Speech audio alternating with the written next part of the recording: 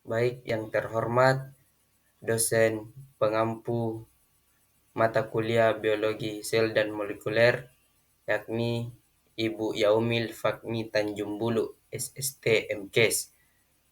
Dan yang saya banggakan, para penonton-penonton sekalian. Bismillahirrahmanirrahim. Assalamualaikum warahmatullahi wabarakatuh. Perkenalkan, saya atas nama Sakifdin Syarahlin dengan NIM PO 713203251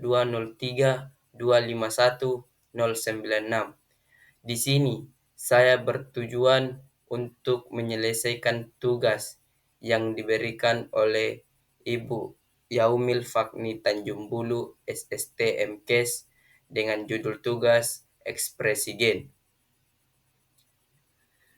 Pada hari ini, saya akan menyampaikan materi yang mendasar namun krusial dalam biologi molekuler, yaitu tentang struktur gen, ekspresi gen, dan sintesis protein. Materi ini penting karena disinilah letak dasar bagaimana sifat-sifat makhluk hidup diwariskan dan bagaimana tubuh kita bisa berfungsi sebagaimana mestinya. Saya ingin mengajak teman-teman maupun penonton-penonton untuk membayangkan kalau tubuh kita ini ibarat sebuah pabrik, maka gen adalah blueprint, sedangkan protein adalah produk akhirnya. Bagaimana cetak biru itu dibaca dan diubah menjadi produk nyata yang akan kita bahas. Baik, yang pertama itu struktur gen, yang dimana struktur gen adalah segmen DNA yang menyimpan informasi untuk membentuk suatu produk fungsional. Kalau DNA ibarat sebuah buku besar, maka gen adalah satu bab di dalamnya. Next. Nah, ini struktur gen memiliki bagian-bagian penting. Yang pertama ada promoter, yang dimana promoter itu berdefinisi yakni daerah di awal gen tempat enzim RNA polimerase menempel untuk memulai transkripsi. Analogi dari promoter yaitu ibarat tombol start pada mesin, tanpa promoter mesin tidak bisa jalan. Fungsi promoter ialah menentukan kapan dan seberapa kuat suatu gen diekspresikan. Di dalam promoter terdapat kotak-kotak khusus, misalnya tata box pada eukariot yang berfungsi sebagai sinyal pengikatan. Relevansi klinis. Mutasi pada promoter bisa menyebabkan gen tidak aktif, protein penting tidak terbentuk, penyakit genetik. Nah, selanjutnya ada ekson, yang dimana ekson memiliki definisi, yaitu segmen DNA dalam gen yang benar-benar mengkode asam amino disusun menjadi protein. Ciri-ciri ekson. Setelah transkripsi, ekson tetap ada di dalam messenger RNA matang atau kita sebut dengan mRNA. Susunannya menentukan urutan asam amino atau dan akhirnya bentuk serta fungsi protein. Nah,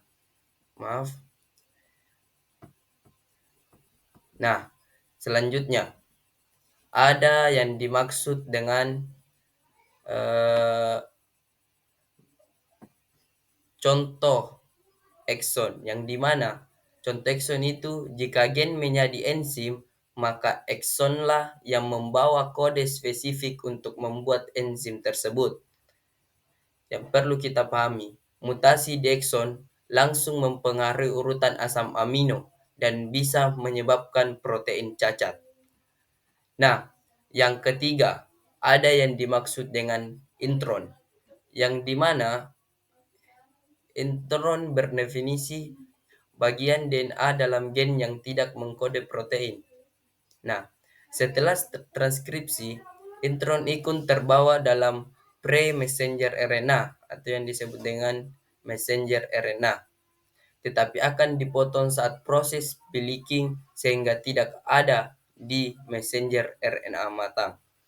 Fungsi intron. Fungsi intron itu sesuai yang saya lihat dulu dianggap DNA sampah. Bisa mengatur kapan gen diekspresikan, menyediakan variasi melalui splitting alternatif. Satu gen bisa menghasilkan beberapa jenis protein. Contoh, pada manusia, satu gen antibodi bisa menghasilkan berbagai protein berbeda berkat splitting intron. Nah, yang keempat, terminator. Terminator berdefinisi urutan DNA yang menjadi sinyal akhir pada transkripsi. Fungsi terminator memberitahu RNA polimerase untuk berhenti membuat RNA. Tanpa terminator, transkripsi bisa berlanjut, tidak terkendali. Nah, messenger RNA yang berbentuk menjadi tidak berfungsi. Contoh, pada prokariot terdapat terminator berbentuk struktur hairpin pada RNA yang menyebabkan polimerase lepas. Menurut saya menarik kesimpulan dari 4 struktur gen yang penting. Yang pertama, menurut saya promoter itu sebagai tombol start gen. Yang kedua itu exon, bagian yang digunakan untuk membuat protein. Intron, bagian non-coding atau dipotong tetapi berperan dalam regulasi dan variasi protein. Yang terakhir terminator adalah tanda berhenti transkripsi. Nah, bisa kita lihat. Nah, ini pengertiannya.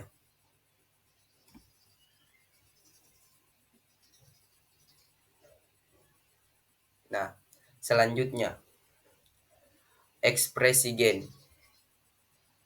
Ekspresi gen memiliki dua tahapan, yaitu tahapan transkripsi dan tahapan translasi.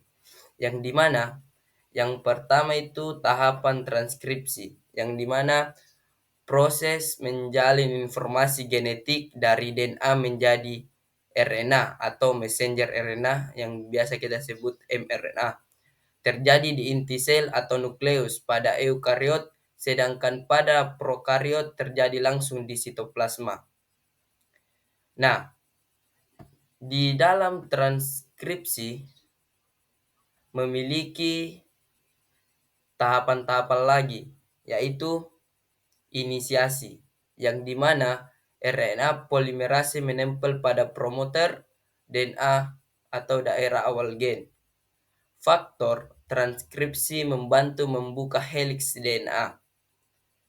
Nah, di dalam inisiasi, salah satu untai DNA dipilih sebagai template strand atau biasa kita sebut dengan cetakan. Nah, DNA terbuka siap dibaca untuk dibuat messenger RNA. Di dalam proses transkripsi, terdapat juga tahapan elongasi, yang dimana tahapan elongasi yaitu RNA polimerase yang bergerak sepanjang DNA template. Basa DNA dibaca satu persatu dan dipasangkan dengan basa RNA. Contoh, aDNA tambah ke U RNA. Nah, selanjutnya ada tahapan terminasi, yang dimana terminasi yaitu RNA polimerase mencapai sinyal terminator. Nah, transkripsi bisa berhenti pre-mRNA terlepas dari DNA. Nah, selanjutnya ada proses pasca transkripsi khusus eukariotid. Penambahan cap 5 melindungi mRNA dari degradasi. Penambahan ekor poli A yaitu memudahkan transportasi keluar inti. Splitting intron dihapus oleh exon yang disambungkan sehingga menghasilkan mRNA matang. Nah, proses yang kedua, proses translasi, yang dimana proses translasi yaitu menerjemahkan informasi pada messenger RNA atau biasa kita sebut dengan mRNA menjadi protein. Nah, dia terjadi di ribosom di sitoplasma. Tahapan translasi ada yang dimaksud juga dengan inisiasi, yang dimana inisiasi yaitu sebenarnya kecil ribosom melekat pada ujung 5 mRNA. Ribosom mencari kodon start menjadi asam amino metionin. Nah, transfer RNA atau biasa kita sebut dengan tRNA dengan antikodon UAC membuat mention dan berikatan dengan AUG. Subunit terbesar ribosom bergabung membentuk kompleks inisial. Nah, tahapan yang kedua yaitu elongasi, yang dimana elongasi yaitu ribosom yang membawa mRNA per 3 basa atau dalam kurung kodon. Nah, setiap kodon dipasangkan dengan tRNA yang sesuai. tRNA membawa asam amino, lalu terjadi ikatan peptida antar asam amino. Rantai polipeptida terus bertambah panjang seiring ribosom bergeser. Nah, tahapan berikutnya itu terminasi. Yang dimana terminasi, ribosom mencapai kodon stop. Tidak ada tRNA yang cocok untuk kodon ini. Faktor terminasi masuk menjadi rantai polipeptida lalu dilepaskan. Ribosom terlepas dari mRNA. Terus ada tahapan pematangan protein pasca translasi, yang dimana rantai polipeptida dilipat menjadi 3 dimensi stabil, bisa dimodifikasi misalnya fosforilasi, glikolisasi, dan pemotongan sebagian. Protein matang siap digunakan sebagai enzim hormon, antibodi, atau penyusun struktur gen. Hasil akhir translasi yaitu protein fungsional yang siap menjalankan perannya di dalam tubuh. Jadi, menurut saya kesimpulan dari proses transkripsi dan translasi itu transkripsi ke DNA lalu ke mRNA. Sedangkan translasi dari messenger RNA menuju ke protein. Dapat kita. Nah, next. Nah, ini yang saya jelaskan di awal tadi.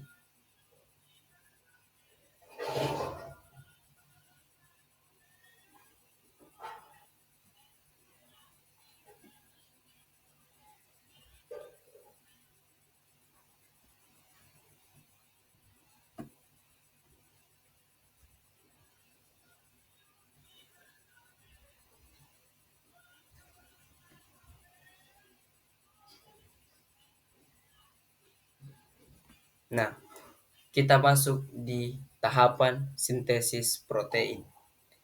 Yang dimana sintesis protein ialah protein adalah molekul kerja utama di dalam tubuh, berperan sebagai enzim, hormon, antibodi, maupun penyusun struktur sel. Nah, di dalam sintesis protein terdapat pun 3 tahapan, yakni yang pertama inisiasi, elongasi, dan terminasi. Bisa kita lihat gambarnya. Nah, yang dimana inisiasi yaitu inisiasi ribosom organel pembuat protein yang menempel pada mRNA di bagian kodon awal. Nah, tRNA dengan antikodon UAC membawa asam amino pertama yaitu methionine. Nah, subunit kecil dan besar ribosom menyatu dan menjadi membentuk kompleks inisiasi. Nah, proses ini menentukan di mana translasi dimulai sehingga sangat penting agar protein terbentuk dengan urutan asam amino yang benar.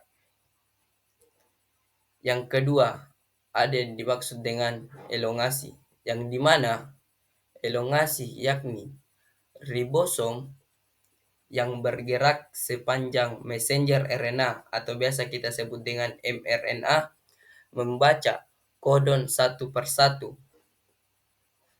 tRNA membawa asam amino yang sesuai dengan kodon pada mRNA. Terjadi ikatan peptida antar asam amino, membentuk rantai polipeptida yang semakin panjang. Ribosom terus bergeser. Proses ini berulang hingga rantai polipeptida lengkap. Pada tahap elongasi ini, yakni kecepatan dan ketepatan sangat penting. Satu kesalahan bisa menghasilkan protein yang abnormal. Nah, tahap yang terakhir yaitu terminasi, yang dimana terminasi memiliki ribosom mencapai kodon stop atau UAA, UAG atau UGA. Tidak ada tRNA yang cocok dengan kodon stop. Faktor terminisasi masuk menyebabkan rantai polipeptida dilepaskan dari ribosom. Ribosom terpisah dari messenger RNA, proses translasi selesai. Tahap ini menandai akhir dari pembuatan rantai polipeptida. Nah, selanjutnya ada pematangan protein. Rantai polipeptida mentah dilipat menjadi struktur 3 dimensi stabil, bisa mengalami modifikasi pasca. Misalnya, fosforilisasi penambahan gugus fosfat, glikolilasi penambahan gula, pemotongan proteolitik membuang bagian tertentu. Setelah matang, protein siap digunakan sesuai fungsinya, enzim, hormon, reseptor, atau komponen seluler. Nah, dari tahapan-tahapan dalam sintesis protein, menurut saya bisa menarik kesimpulan bahwa proses sintesis protein terdiri dari inisiasi, elongasi, terminasi, dan pematangan protein. DNA hanya menyimpan informasi, sedangkan protein adalah pekerja utama dalam sel. Kesalahan kecil dalam sintesis protein bisa menyebabkan penyakit genetik atau gangguan fungsi sel. Nah, ini adalah gambar sintesis protein. Nah, selanjutnya, sebelum saya menyelesaikan presentasi hari ini, saya memiliki satu quotes bahwa bisa dilihat para penonton bahwa lelahmu hari ini adalah bekal berharga untuk kesuksesanmu esok hari, yang dimana mengandung makna meskipun kita merasa lelah untuk apapun yang ada dalam dunia perkuliahan, percayalah bahwa itu akan menjadi bekal berharga untuk kita di kemudian hari. Saya tahu itu menuntut ilmu itu mulai dari kecil sampai ke liang lahat. Next, mungkin sekian dari saya. Lebih dan kurangnya mohon dimaafkan, dan terima kasih kepada teman-teman maupun saudara-saudara yang meluangkan waktunya untuk menonton video saya, dan saya akhiri dengan ucapan wabillahi taufiq wal hidayah. Wassalamualaikum warahmatullahi wabarakatuh. Sampai jumpa di pertemuan berikutnya.